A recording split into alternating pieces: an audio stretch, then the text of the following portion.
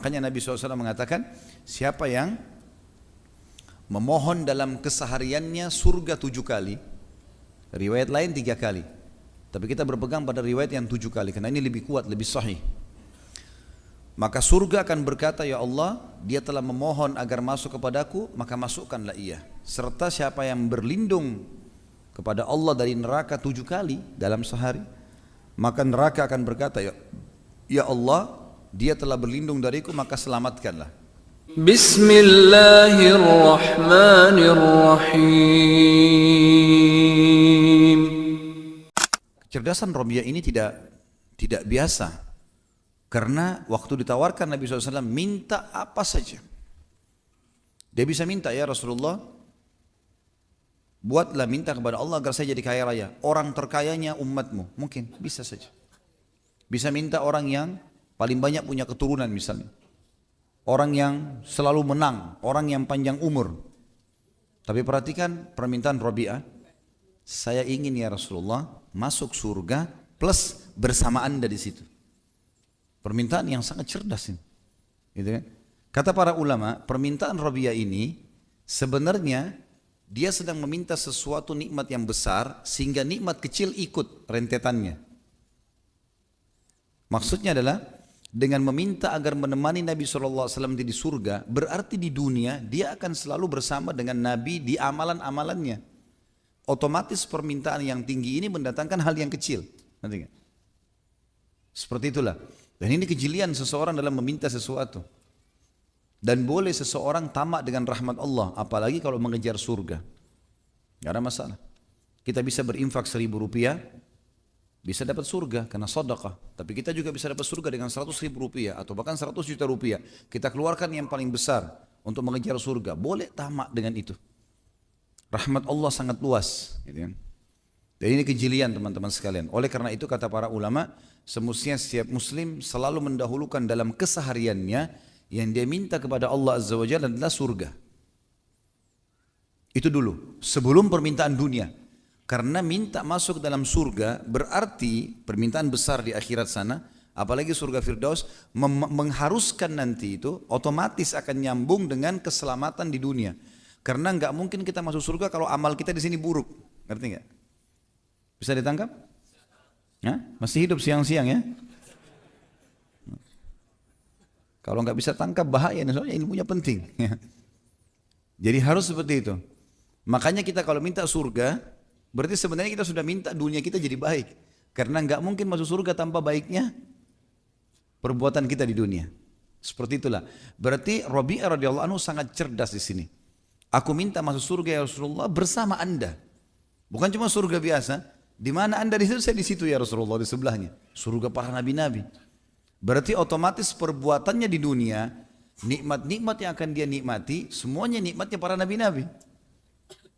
Nah, jadi sangat jeli di sini dalam memohon. Makanya Nabi SAW mengatakan, siapa yang memohon dalam kesehariannya surga 7 kali, riwayat lain 3 kali. Tapi kita berpegang pada riwayat yang 7 kali, karena ini lebih kuat, lebih sahih.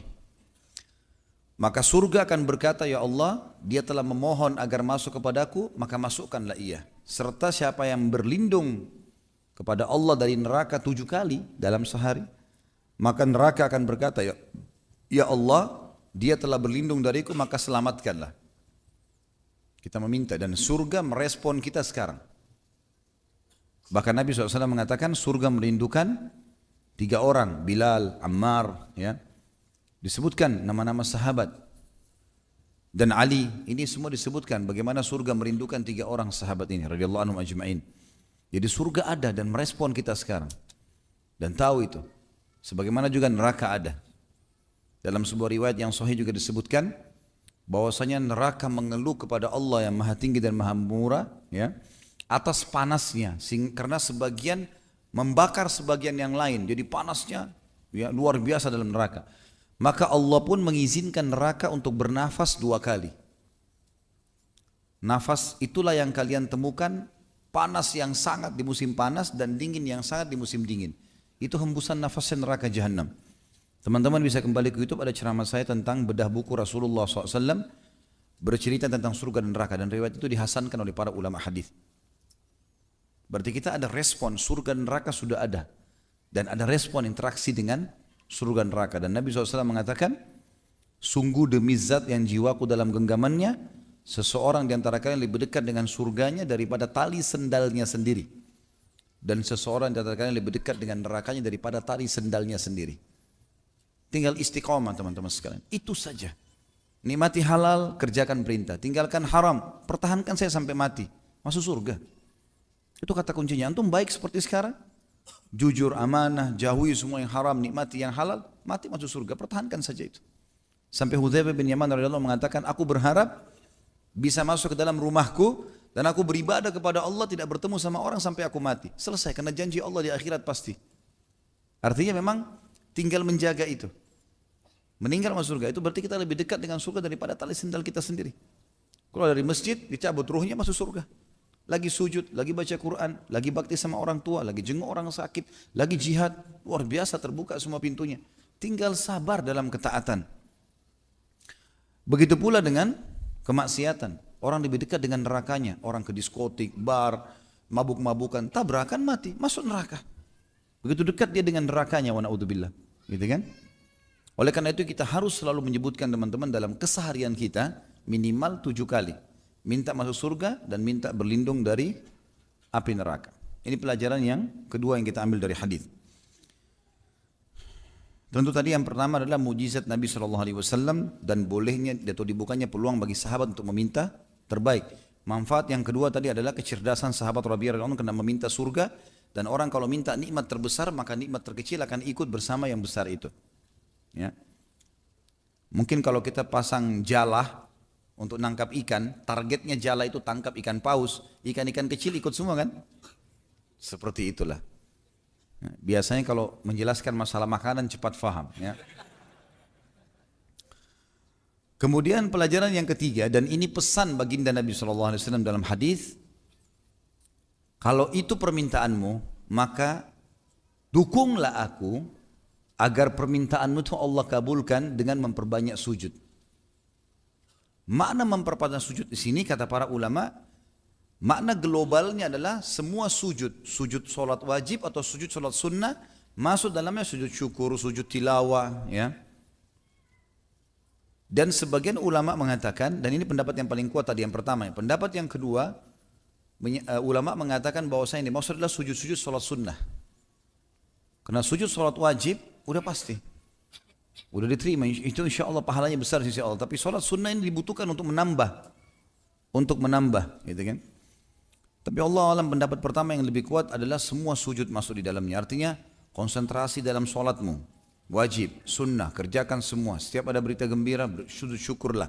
Setiap lewat ayat tentang sajadah, sujudlah. Dan sudah kita bahas di bab sholat kita sebelumnya. Dan ini juga merupakan teman-teman sekalian fadilah bagi orang yang selalu sholat. Dan sholat itu berikan haknya. Tenang, tumaknina. Jangan tergesa-gesa, gak ada yang antum kejar. Allahu Akbar. Nikmati kalimat itu.